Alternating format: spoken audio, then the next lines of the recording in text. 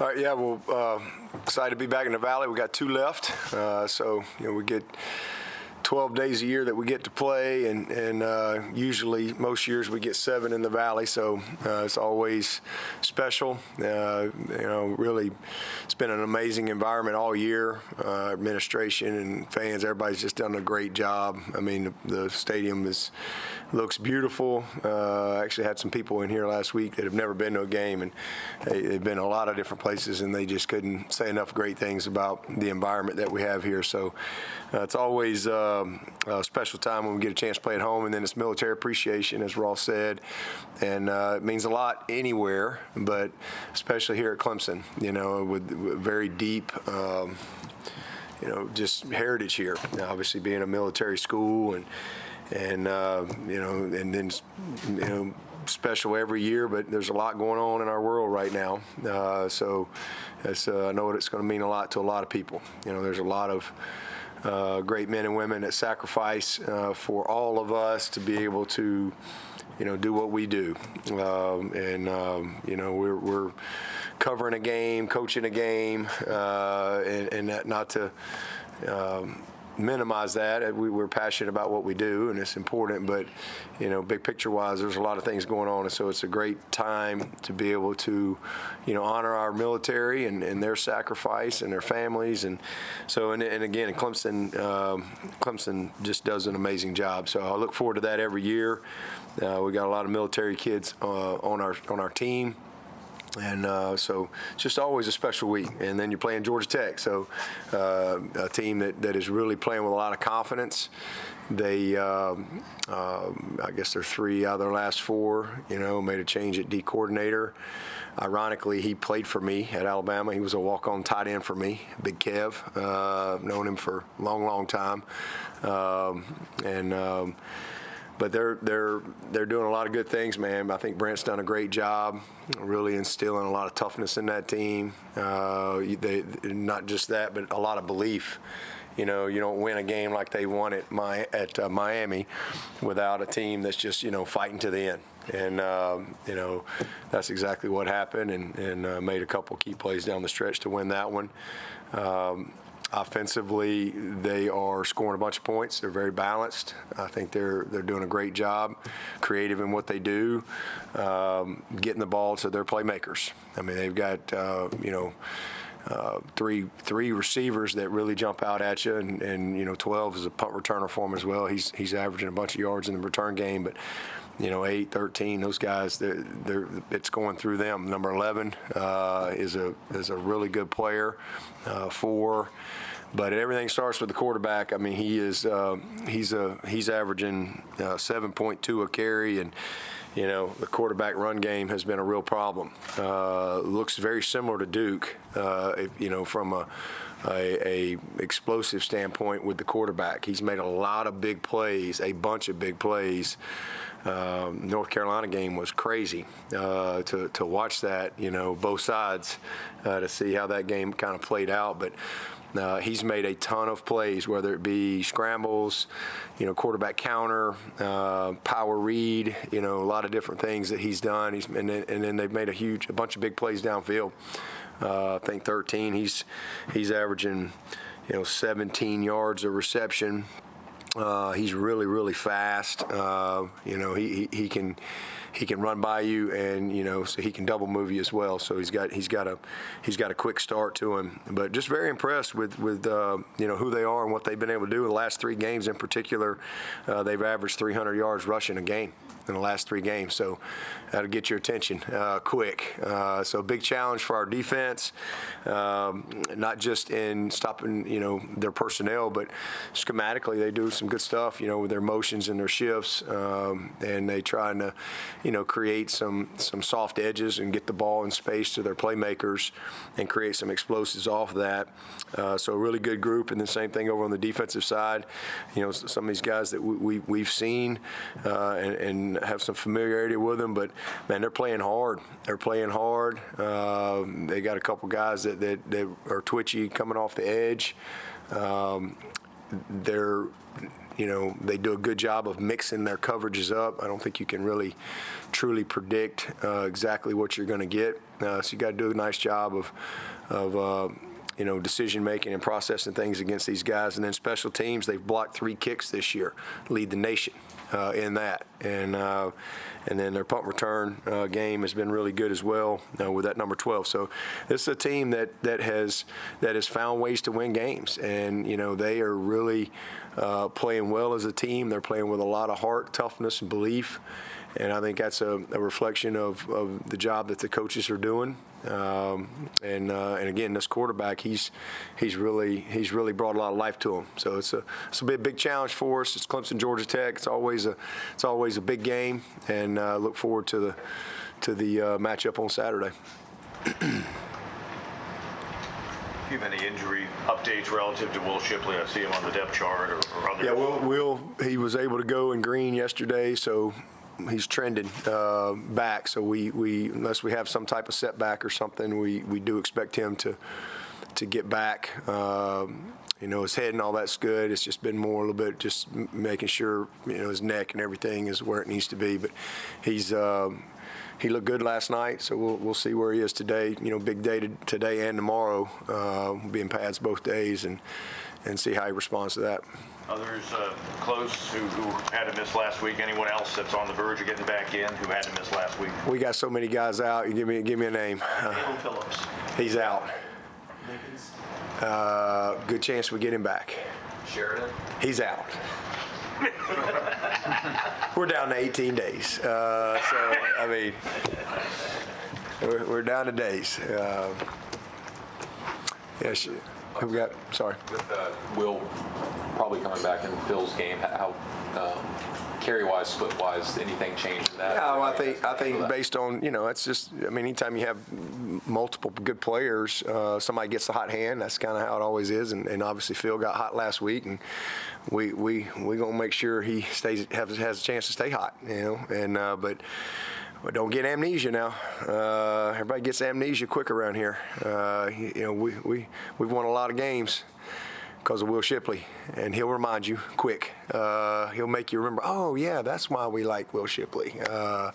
So we're excited to have hopefully get him back, but Phil definitely with what he did earned an opportunity to go see if he can stay hot, and we'll see what happens. But both those guys. Major weapons, and have been. Both have had big plays, and you'll be reminded quickly of why you like Shipley too. It will have almost been like 2 seasons since you played them, since you opened with them last year, different head coach and all that. How different do they look offensively with what King has been able to do? Pretty different. I mean, actually very different. They look very confident, and then again, just quarterback plays. Just I mean, this kid's playing at a high level for him, and he's a coach's son. I actually met his dad. I spoke at the AFCA convention this year, first time, and his dad was being honored for something, and I had a chance to visit him. I've actually met him backstage, and he was talking. I didn't even know his son was at Georgia Tech, and he was telling me about him. And so, coach's son, his kid's a baller. He's tough. He's a tough, heady kid. Very different. Again, they're well coordinated on the offensive side. They're playing together up front. They don't have a lot of missed assignments. And then they're just, smart in what they're doing, using how they're trying to use their personnel to give themselves a chance to be successful, and it's created a lot of balance for them. And the quarterback, he's created a ton of balance. They're 200. That's hard to do. That's really hard to do in today's football. Really, really hard. And so it's impressive. And very seldom, I mean, there's some type of motion shift, bunch. Type of deal pretty much every single snap. So got to do a great job of recognition, communication, applying your calls, adjusting your calls, based on what you see. But when you break all the window dressing down, I mean, they're committed to what they do, when it comes to the run game, the stretch and the counter, and all the quarterback run game that comes with it, million screens, ton of screens. You give them any little patch of grass, they take it, whether it be an RPO or a screen or something, and they get the ball on the edge. A lot of jets to that number 8. So they've just done a nice job, I think, coordinating it and utilizing their personnel to the best of their ability, and they've grown their confidence, throughout the season. But it definitely starts with this quarterback. I mean, he's a good football player, tough kid. With the defense, how much is preoccupation with the option game and the quarterback, with the design runs and all that stuff you were just talking about? How much does that enable the explosives down the field just because you create? Yeah, well, you create some matchups. You create it will create some one-on-ones, and so you got to make competitive plays. The flip side of that is you got to win your matchup and create disruption in what they do. They're really good when they can stay in the pocket, if you will, and be comfortable and manipulate you. So you got to win some matchups. We got to defeat some blocks. We've got to be able to pressure the quarterback. That's not a big secret. We have to be able to affect him and not let him hold the ball, because to do some of those things, you got to hold the ball a little bit.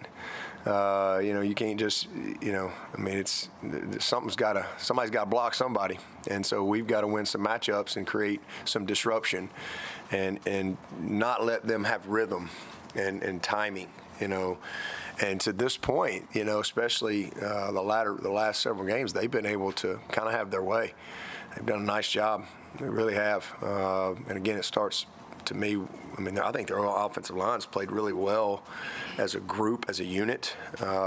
But this quarterback just understands the game, and he's crafty, and he'll ride that dang counter all the way, his long time, and next thing you know, he's not even running sometimes where he's supposed to go, but he's just smart enough to find the hole, and next thing you know, it's 30 yards.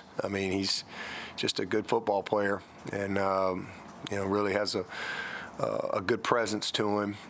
So he's a challenge. Got to be disciplined with your eyes, with all the stuff going on and the play action and stuff that's built into it, and you got to communicate, make sure everybody's on the same page. We got, especially what we did last week. The big plays came last week. We just turned guys loose. It's one thing to have a competitive play, right? Like, Dominique made a great play last week. Guy hits him in the backfield. Sometimes guys make plays. Those, you just tip your hat on those type of things. But when you got a guy running wide open because we didn't get the check to cover 3 on a pressure, those are things that frustrate you. And so we've got to do we got to just do a better job this week in making sure we all have the call and the check, especially with, again, all the motions that they do, and be on the same page. Because if you don't, they'll slip a guy by you in a heartbeat, and it's a big play. It kind of sounds maybe common sense, but how important was a win for this team right now? How have you seen the effect of it already, and why was that so important and so vital for you guys right now? Well, obviously we had some really tough losses. We just hadn't been able to finish, with overtime and one-score game and double overtime, and it's been tough losses and close, So it's good for them to be able to finish one, and certainly, helps their confidence. And not only that, you beat a really good team and probably the least available personnel we've had all year. So I just think it gives them a lot of confidence, and it's just good for them to, because they've worked hard and they've competed their tails off all year. So for them to be able to taste a little success, a little fruit of their labor there, it's certainly not a bad thing. But hey, you got to move on every week. This is all that goes away quick. Go out there and lay an egg this week. So we got to have that same mindset and just create consistency in our performance. In some areas have been really good, and some others have been a little too inconsistent. And then certainly, say it every week, but the ball security part has been the Achilles heel for us. So best thing we can do to remedy that is go get a bunch of them, right? give us a little bit of money in the bank, and that's what happened last week. You mentioned winning matchups in this game against Georgia Tech. The physicality that you guys played with on Saturday against Notre Dame, how much of a point of pride has that been for you all in recent days? Well, it's really that game in particular, because I thought they kicked our teeth in last year, and we didn't respond. I mean, they were just more physical. They were more ready to play, and I love the fight. The guys compete, and we've competed every game. That's the one thing I can say. This team has been physical every single week. We've competed every single week. We've been in position to win every single week. That has been one consistent thing that I will say about this team. We have, especially defensively. I mean, it's a really good group, man, and we've been in position to win every single week, and it's because of, they've played hard, they've played tough, they've played physical. There's not been a week where now have we executed as well as we needed to? No, but certainly the ball security's been a problem. But physicality has not been one, and that's something that's incredibly encouraging as we kind of head to where we want to get to. It starts there. Physicality, toughness. Playing in the way you got to play the game in this game of football, and I've seen that every single week. And then last week, it was great to see them be able to finish it. Really, really tough physical football game, hard game to get ready for. Really tough game as far as what they do, especially defensively with the personnel that they had. So I was really proud of our guys on both sides of the ball to. And that's what it takes, that type of mindset every single week. And then you got to create consistency in your performance from an execution standpoint, and that starts with consistency in your preparation. The Clemson-Georgia Tech series isn't protected under the new ACC schedule. Just what is that rivalry meant to you, obviously, with recruiting and the proximity, just being able to play them every year? I mean, honestly, it hasn't been that big a deal recruiting-wise. Certainly when Paul was there, it wasn't. Maybe it'll get that way. Maybe with Coach Key and what they're doing, but we didn't recruit a lot of the same guys for a while. It's a. How long is this? Is one of the oldest ones, isn't it? Yeah, I mean 18. They've been playing this one a long time, and I think I'm correct. And Coach Howard used to always take the team there, right? Isn't this the team he pulled he faked he? I think was the first time they came here or something like that. Okay, yeah. He'd play there most time, and then didn't he fake everybody out and like put some guys on a train or something and had them out partying or something? And oh, that was Heisman. That was Heisman. Okay, all right. Anyway, a lot of history with these two teams, and even since I've been here, we've had a lot of big games with these guys. So got a lot of respect for Georgia Tech. It's a great program, and they're definitely on the rise. I think they're doing some good stuff. Dabo, we saw how hungry this team was after the NC State loss. Is there a difference being motivated by a loss versus being motivated by a win as you head into this week? It shouldn't be. I mean, in reality, maybe with young people, it certainly can be, but it shouldn't be. If you're going to be a great competitor, if last week's result impact your mindset for this week, if last week's result impact your will to prepare for this week, you're probably never going to be consistently great. You're probably going to be a little more up and down. Okay, it went great. All right, I'm ready to go prepare. All right, I played bad. We didn't get the result we want. Oh, now I'm not as motivated. You're not really ever going to be great. And that's why, when I first got this job, it's one of the things we always talked about. I mean, you get a chance to play every game. Every game is a season of its own. You have to look at it that way if you're going to have consistency. I mean, you have to. And I know that's hard to do, but that's what you have to do when you're in the arena and you are competing at the highest level. Last week's touchdowns don't carry over to this week. And neither do the mistakes. You've got to start over. Nobody cares. And so that's why we say windshield mentality. For 15 years around here, we've talked about a windshield mentality. Like, get your eyes out of the rearview mirror. It's always about what's next. It's about what's in front of you, and you have to respect every single opponent. if you prepare this week for Alabama different than you prepare next week for Charleston Southern, you're never going to be great. If who you play, if where you play, if what uniform you wear, if what time you play, if the weather you're playing in, if the result that you got last week, if all of those things dictate your effort, your physicality, your details, your passion for this week, you're never going to be great. You're never going to be great. You're going to be an inconsistent person, and you're going to be an inconsistent player. Now, having said that, I think momentum is a great thing. Momentum is winning is a habit. And so momentum is certainly a very positive thing when you can build that, for sure. I think I remember when you first took over, one of the first things you wanted to eradicate was that. Yeah. I mean, that's, again, I've always tell our guys, if you flew a drone over our practice and it's national, we're preparing for the national championship game, and you flew a drone over our practice and it's game 3 in September against, East Aboga Community College, you shouldn't be able to tell the difference. And if you do, we're not where we need to be. And when you kind of get from good to great, that's the mindset that you adopt as a player, as a coach, as a staff. You can't be affected by that stuff. You just can't. That's. Y'all have a job to do, and y'all are going to write about whatever the narratives are as it comes, week in and week out. That's what you're supposed to do.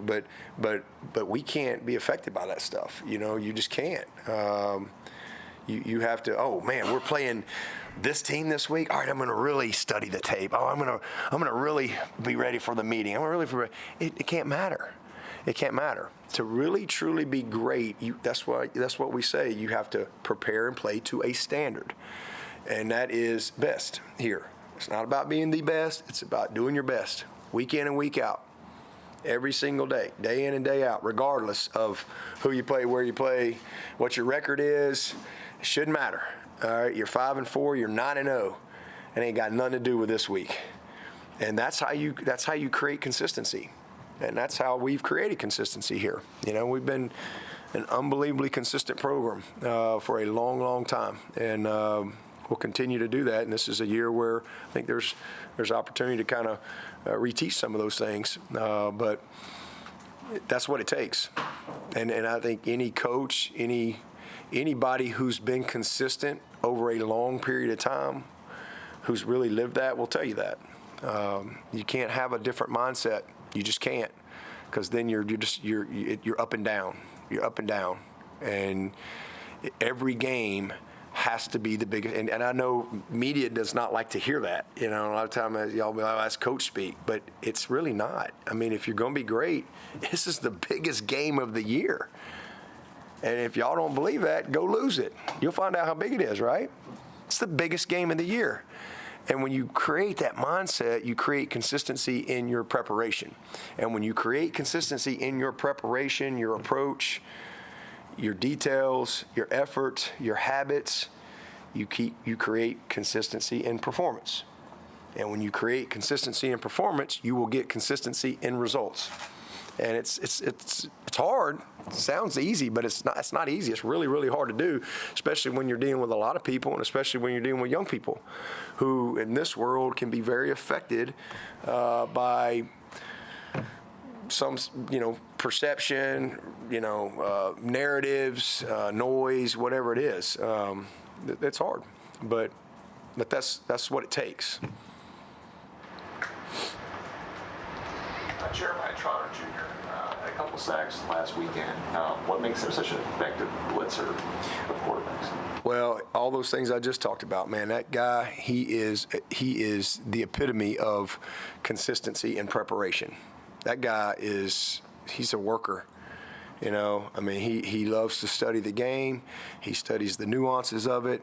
And, he has great anticipation in what he does, block recognition, he's a quarterback out there that's playing at a high level, and that's kind of how I look at him. And it comes from his confidence comes from all the preparation that he puts in. Certainly, he's talented. He's got all the attributes, but there's a lot of guys that are really talented that they don't play the game like he does, and that's because of all the other stuff that you don't see as far as how this kid prepares. And he's certainly got natural instincts and a high football IQ, but he puts the work in. He's like a Christian Wilkins at linebacker. You know, he puts that type of work and preparation in, and it's fun to see him get the results. I mean, great leader. He sets the tone. I'm really proud of him. That was an amazing game by him. You mentioned on the radio show kind of letting some guys lose freshman-wise, redshirt-wise as the season winds down. Who are some guys we might see that maybe haven't played a lot yet with their special teams? Well, it's kind of like being able to, you know, is it baseball? Don't they expand their roster like in September? They get to pop the roster out, and we get to do the same thing. In that we've got guys like this guy's got 3 games left, this guy's got 2 games left, because now the postseason doesn't count anymore. So thank God we can. You don't have to worry about that, which I think is a great thing for this world of, you know, college football, where you're going to have guys that aren't going to be with you. You know, there's going to be kids leave playoff teams. You know, that's going to happen. So to be able to have more guys available at the end of the year and not have to worry about losing a year with them is a real blessing. So we've got guys, you know, like Billings, like Kylan Webb, like Noble Johnson. I mean, Jay Haynes, we can ever get him back. I mean, we were going to play him, but now he's on that redshirt path because he hasn't played enough games. So Jarvis, I mean, there's a bunch of those type of guys. Marcus Dixon, Trey, as we talked about, that Strozier, that all of a sudden now, you know, you've got an expanded roster. Well, now you got more bodies, and it might just be special teams. It just might be maybe you're a little thin over here, and this guy's been playing. He's playing, you know, you can, you know, like a Barnes. All of a sudden, he's having to play. He's playing a ton of snaps. Well, maybe we could take him off a special team or two, and that be a Robert Billings or Webb or somebody like that who now has. These are really good players that, you know, this is game 10. It's not like they're just got here, and they've been around a little bit, and you know, they've practiced all year, and so it just gives you a little bit more, you know, personnel to be able to have available, especially here at home. Really the rest of the way, because we don't have a travel, you know, we have a travel limit of 80 when we go on the road, but with South Carolina, there is no travel limit since it's a non-conference game. So the rest of the way, we pretty much have just a bigger pool of players, which is nice, because sometimes you're like, you know, you got a guy, but you don't want to waste a year. So the way it's worked out, we've got several guys that fit that category that we've been trying to hold. Steph Island Green would be another one that's got time now. Ojebwe, we're redshirting Ojebwe. He's got, you know, he's ready to roll. So just a few more options. Big Zach Owens. You know, Ian unfortunately has been sick. In fact, he just got out of the hospital. He's really sick, but he's doing better now. But Zach's a guy that, you know, all of a sudden could hop in there, maybe give you a little depth and a little spark there too. So it's good to have CV. CV's another guy. Now we kind of, you know he's available as well. I mean, just really all across the board. Where do you have Zach working at? Guard. Yeah, he's at guard right now. Does that adjustment include from conference championship games ahead into the postseason? Yeah, postseason. Yeah, anything postseason, it doesn't count. Which again, that's something. It's common sense. It's great for the kids because again, and it's great for teams. I mean, if you've played a guy 4 games, and now all of a sudden you get into, let's just say it's next year and you're in the playoffs and you're, or even the teams this year that are in it. And well, next year, because next year you got to win. You possibly got to win 4 games. That's to get it done. It's going to be a survival of the fittest in those type of games. So to be able to have some guys available and those guys not have to lose a year, I think is really good because, again, you're going to have some kids that are going to leave and some of your depth guys are going to, be gone because they want to get into school. They might play a game or two, but now, they want to get into school wherever they are. So it's just going to be part of it. Any details on Ian's sickness?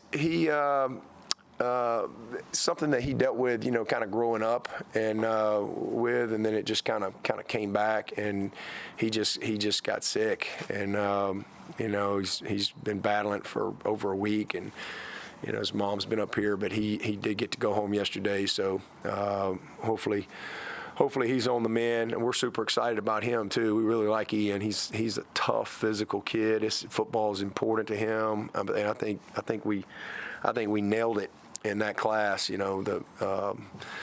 Thomas has done a good job. I mean, that was his first recruiting class. That's his first class he's brought in here, and man, Ian and Harris Sewell and Zach really like those guys, and he kind of came in and finished up with Colin Sadler and Blake Miller. So I just think we've done a good job identifying those guys, and again, Ian he's a big, tough kid that's incredibly physical. So we'll get him back going, and just say, but he's not a guy that's going to be available for us. He's one of those guys. We got to get him back rolling. But he's just been sick for a while. But Zach will be available. How's Justin Haskell doing? He's better. We'll see where he hopefully no setback today or tomorrow, and get him back. He's been out the last couple weeks, but. Excited. Hopefully he's ready to go. He wants to play. You guys still know Antonio in practice? No, he's just doing this rehab, and all that. I mean, he's still trending, and we're projecting him to hopefully get back at some point, before the end of the year. And same thing, if we can get to a bowl game, hopefully Marcus Tate's a guy that maybe could be back for that. We'll see how that works out. Venables is practicing. We're putting him. He's this week. The plan for him is to do scout team all week, because he really hadn't played football since the spring. So he's going to take all the reps on the scout team and see how he responds this week. So that'd be a real shot in the arm too to have him available down the stretch and preserve his red shirt. How about Sadler? He was back yesterday, so he's, again, Mondays aren't too taxing as you kind of get back going, and you kind of moving around a little bit after coming off of a game and things like that. But certainly him not having to play helped where he is right now. He did play field goal, but him not having to go and compete every snap, that's I think pushed him a little further along. So hopefully he'll do well today and tomorrow. And hopefully we don't have any, like last week was crazy. Tuesday we lose a guy for the year. Wednesday we lose a guy for the year. Cade really couldn't do competitive stuff till Wednesday. Tyler Brown couldn't really practice. So there was a lot going on last week. That's for sure. So hopefully we don't have to deal with all that this week. Did that limit Cade at all in the game? Limited him a little bit running. It wasn't a game where we knew he wasn't going to be running around a whole lot. But he's a lot better too, as well. Yeah. Any questions virtually for Coach? Anybody else in the room? I just have one random football question I've been asking for a while. When was it determined around college football, I see it on your team, every team, that knee pads went away? And was that did the athletic trainers say, you know what, ligaments don't have anything to do with knee pads? When all the adults left the building, then no skilled player wears knee pads anymore. Nobody cares. It's the craziest thing. Hey, how about the fact that guys don't wear mouthpieces, but they hang off their helmet? What are we doing? But hey, nobody cares, so whatever. I make my guys wear their mouthpieces. It's either in their mouth or don't wear one. I don't want to see it's like a fashion statement or something. Mouthpieces flying around all over the place. I don't understand it, but nobody cares. Used to, you had to wear a mouthpiece. Used to, you had to have your knee pads. Heck, when I was playing, you had to have a butt pad. Nobody cares about the butt no more. Hey, well, who cares? The old butt bone, who cares? I mean, you had to wear all those things, and they would check you, but I guess it's a rule, but I don't know. Nobody seems to care. I mean, you got guys out there with their pants rolled up to the mid-thigh, but hey. Just because you always hear about safety, see, every rule is made in college football these days about safety. Yeah, used to hear a lot of those things, but, it's kind of selective now, Used to hear a lot of those things about this. That was one of the reasons we couldn't do certain things because of finals and player safety and all that, but then when it comes to some other things, that goes out the window.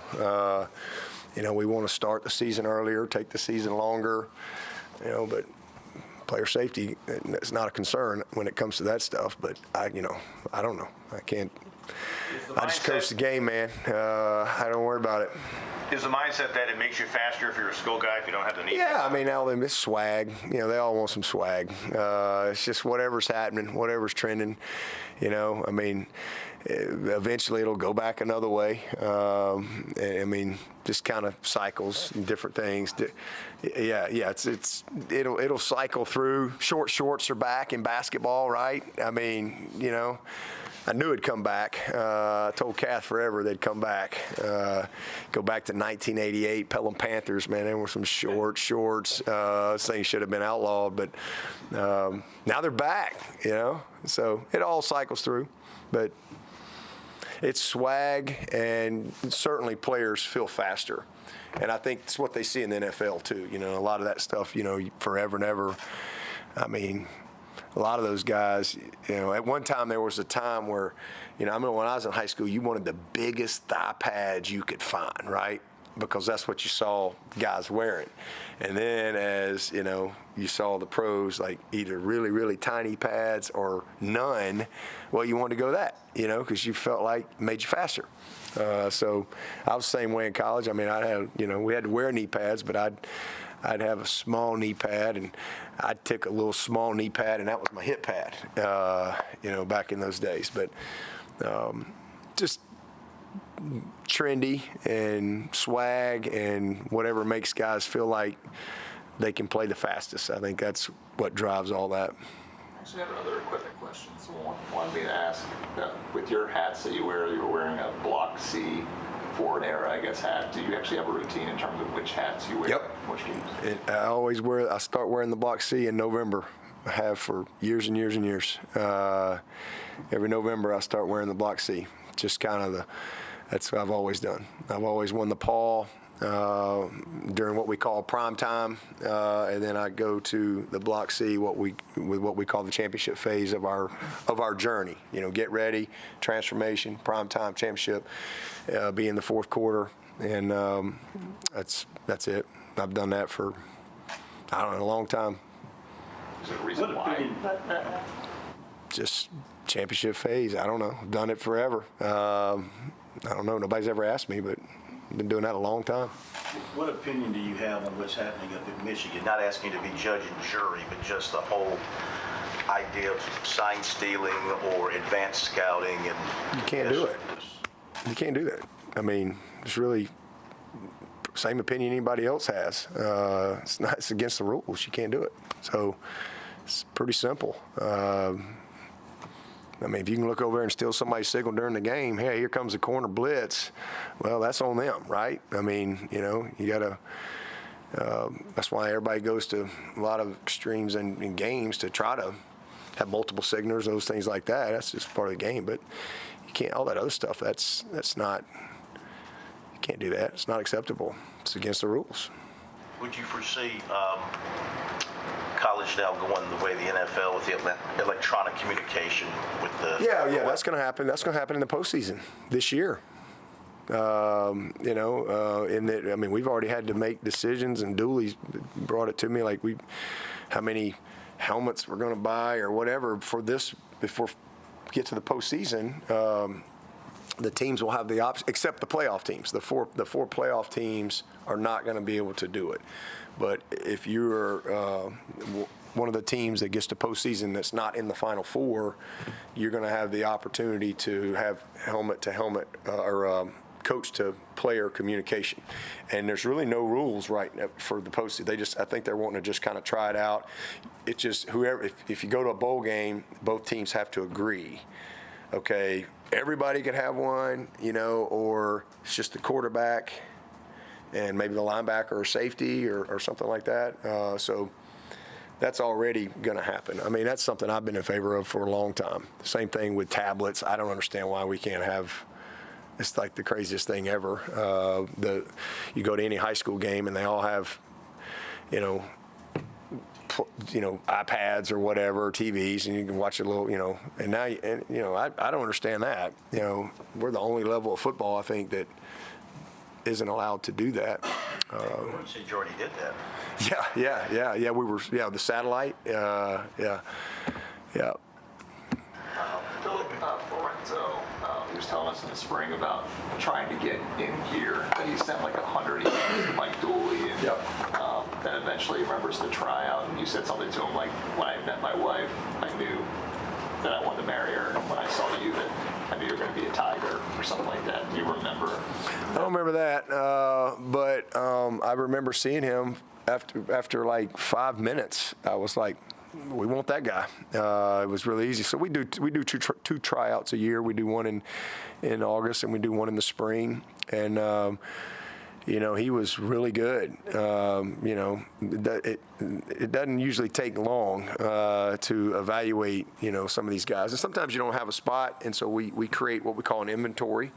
A walk-on inventory, because sometimes you have a spot that might pop open and you need a lineman or you need just a skill guy, and maybe he's a running back. We're like, hey, you're going to play corner. We need a just from a scout look. But that particular year, we were looking for another snapper, and we found Casperson in high school. We saw him, and he was a guy that came in as a preferred walk-on, but we didn't know anything about Florenzo other than he was going to try out. And so Dooley kind of runs the walk-on program and coordinates all that. And so, but yeah, he was easy. He was easy to evaluate. He was really good. And so it was. I do remember him.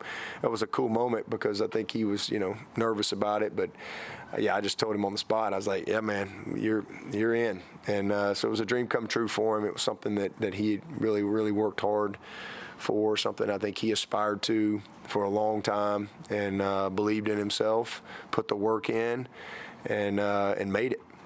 So he's a great example to a lot of people. He put the work in. He chased his dream. He wasn't afraid to fail.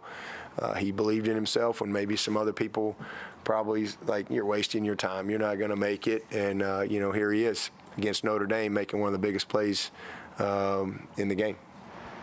Proud of him. Hey, Dabo, David with ESPN. I had a quick question for you. After your comments last week about, appreciating how hard it is to win and not having your joy stolen, I'm curious, because I've heard this from other coaches privately, I'm curious if you had any other coaches in football or other sports maybe reach out and just say, like, yeah, man, thanks for saying that. We're all thinking this too. You probably already know the answer to that. That's probably why you're asking me the question. You're good at your job, Dabo, and you're good at my job, apparently. Yeah. So I would be telling you a lie, and you would know it. That was actually one of the cool things last week. Is I had a lot of coaches, like a lot of coaches that I don't talk to, that I don't even really have a relationship with, that reached out to me last week. I don't even really know what all I said, but I apparently said something that hit a nerve with some people in my profession. And so if one positive came from last week, I got a chance to meet some new people, but also got a chance to encourage a lot of coaches out there, and some very prominent people. And I had a lot of prominent current coaches, but also some very prominent former coaches that took it upon themselves to get my number and reach out to me last week, and I really appreciated that. It meant a lot.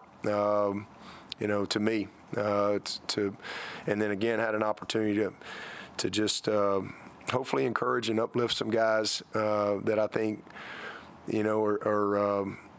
are kind of in the fight in where they are in their career right now and what's going on in the world and in this profession. So that was a cool opportunity that the good Lord gave me last week, and thankful for that.